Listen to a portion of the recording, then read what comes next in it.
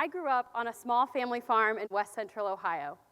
My hometown of St. Paris is the kind of place where the county fair queen is treated as real royalty, and the high school football quarterback is better known than most Hollywood celebrities. The election of 2016 has painted rural towns as blighted, rusted-out communities with little opportunity for progress. I'd like to provide a few explanations for the rising angst in rural America and also pose a few possible solutions. I will soon be the 5th generation to inherit a small portion of my family farm. This is a photo of my late grandparents, Melvin and Phyllis Bodey, who took great care of the farmhouse that they're pictured here in front of, with the intent to pass it down for generations to come. However, there are a number of things that separate me from Melvin and Phyllis. I'm the first in my family to move away from home, and the first in my family to obtain a college education. However, I want to emphasize that I am by no means unique in this endeavor. In fact, I am part of a growing trend that has swept rural America in the last 1 or 2 generations. A trend in which young people move away to the urban centers seeking higher education, often never to return to their small, sleepy towns, a phenomenon known as the rural brain drain. Imagine the top 30 to 40% of a high school graduating class in a rural area. These students are told that they are destined for greatness. Perhaps they excel in academics or extracurricular activities. These students are put on a path for college prep.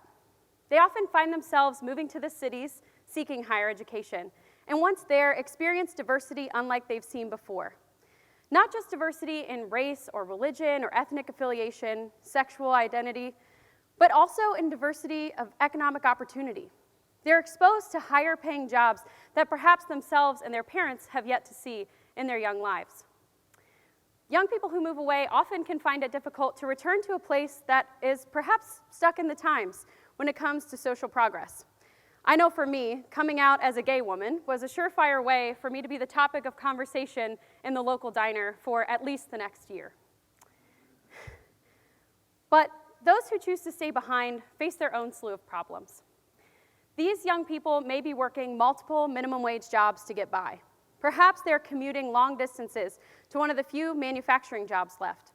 Or maybe they're drowning in millions of dollars in farm loan debt, trying to keep alive the promise and tradition of their family farm. What's more is, as it becomes difficult to attract and retain talented teachers, public school systems begin to fail and sometimes close. As the population ages, there are fewer left to take care of the rural elderly. What's more is, as those young people move away, there are few people left to run successful small businesses, the heartbeat of a rural economy. They also choose not to take on the family farm, selling it off into larger and larger corporate agriculture operations. But perhaps the most tragic is when rural Americans turn to the promise of a pill or a pipe or a syringe to escape the economic hardship they never imagined that they would have to endure. I strongly believe that the unraveling of rural America is the great silent tragedy of our time. But the rural brain drain has a profound impact on 2 things I care deeply about: agriculture and politics. Starting first with agriculture. We know that in the last 30 to 40 years, our food system has become more and more consolidated. As farmers who were once producing diverse ranges of crops and products, like my own family farm, where there was once dairy and vegetables and corn and wheat and soybeans, these farmers are forced into monoculture crops just to keep the lights on. What's more is these ventures are forced to grow to larger and larger sizes with greater implements in order to maintain a profit margin that's worth keeping. Furthermore, it's nearly impossible for young people to start farming in America.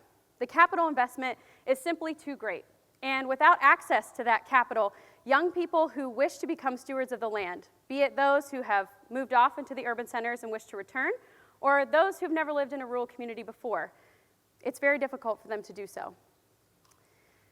As the urban centers cry out for local and diverse and sustainable food, there are few young people left to take on those risks or who are simply able to do so.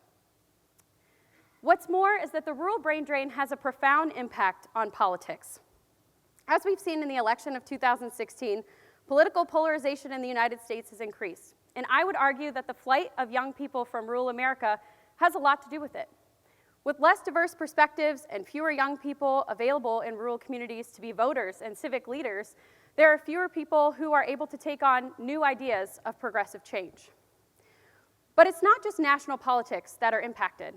Who will run for county commissioner or the local school board if there's not the next generation of young agriculturalists and young business leaders in rural America? Thomas Jefferson freely wrote of a rural America that was maintained by farmers. Farmers see an investment in their community as an investment in their business. These are the people who will wake up at 4 o'clock in the morning to bottle feed a calf and stay up until midnight at the school board meeting because they see this investment unravel day in and day out in their daily lives. I wish I could say that I had one solution for the growing issues in rural America, but I think there are certainly a few places that we can get started as the national conversation around rural communities really begins to reinvigorate itself. First, there's a lot we can do when it comes to our food system. Thankfully, our country has decided that investing in local and sustainable food and a more diverse food system is now socially desirable, and I applaud all of us for that. However, buying local food and investing in local food systems shouldn't just be a feel-good thing for ourselves, that we're somehow putting something better on our plate. It should be seen as an economic investment for the kinds of places like my hometown, places that need that economic boost more than anyone else. I would also argue that by investing in small farmers and in young farmers, we also invigorate rural economies. Perhaps we could begin to invest in diversified loan programs or grant programs for young people who want to start farming. Maybe a young woman could transform a sleepy, closed, small-town storefront into an innovative kitchen space to produce cottage products for Ohio's farmers markets. Maybe we will be able to transform land to begin growing hops for Ohio's craft beer industry. Or perhaps by investing in broadband internet access, we can expand services like Blue Apron to include local Ohio products at faster paces with greater economic impact on Ohio farmers. But furthermore, there's a lot we can do when it comes to politics. By investing in young farmers, I would argue we invest in their communities as well. Again, not just nationally, but those who are going to be a volunteer at the local public library, or those who take on the role of PTO president. I strongly believe that rural America will begin to see a new wave of economic invigoration thanks to the investment in agriculture. But those of us who perhaps are a little bit disconnected from a rural community, perhaps we've never lived there, or have long taken apart from our rural cousins as those who don't deserve our attention, will begin to elevate them to the national political conversation. These folks have unfortunately been left out of the conversation unless they are a ploy for winning a national election and then simply walking away from them. I would argue that neither party truly represents rural America and that both have a significant amount of work to do. If those of us in the room who want to be a part of the party of righting inequalities have to start to take action in rural communities as well. But furthermore, as a university, we have obligations as well. The Ohio State University has a presence in nearly every county in the state of Ohio thanks to the Cooperative Extension system. And we must continue to invest in Cooperative Extension. Thanks to this, we can disseminate research that happens here at the university into every county in the state of Ohio. Be it that we disseminate research in clean energy technology to invest in the next generation of rural jobs, or in agriculture or civic research as well. The Ohio State University has an obligation to its land-grant mission, and we must continue to adhere to that mission. But finally, I have obligations of my own. Obligations to my country and obligations to my grandparents, Melvin and Phyllis. They took great care in passing on their family farm because they knew that being an agriculturalist and an active member of civic society was the greatest role an American could take on. And I have to say that I strongly agree with them. In fact, I would say if Melvin and Phyllis had it their way, I would move home and farm for the rest of my life in their beautiful little farmhouse. But I think that I can live in both worlds. I think as I move into this precipice, this next part of my life, I can be a farmer and also make positive public change on a national scale, on a state scale, and a local scale. And I would ask many of you in the room to consider doing the same. Consider elevating rural communities to the greater conversation.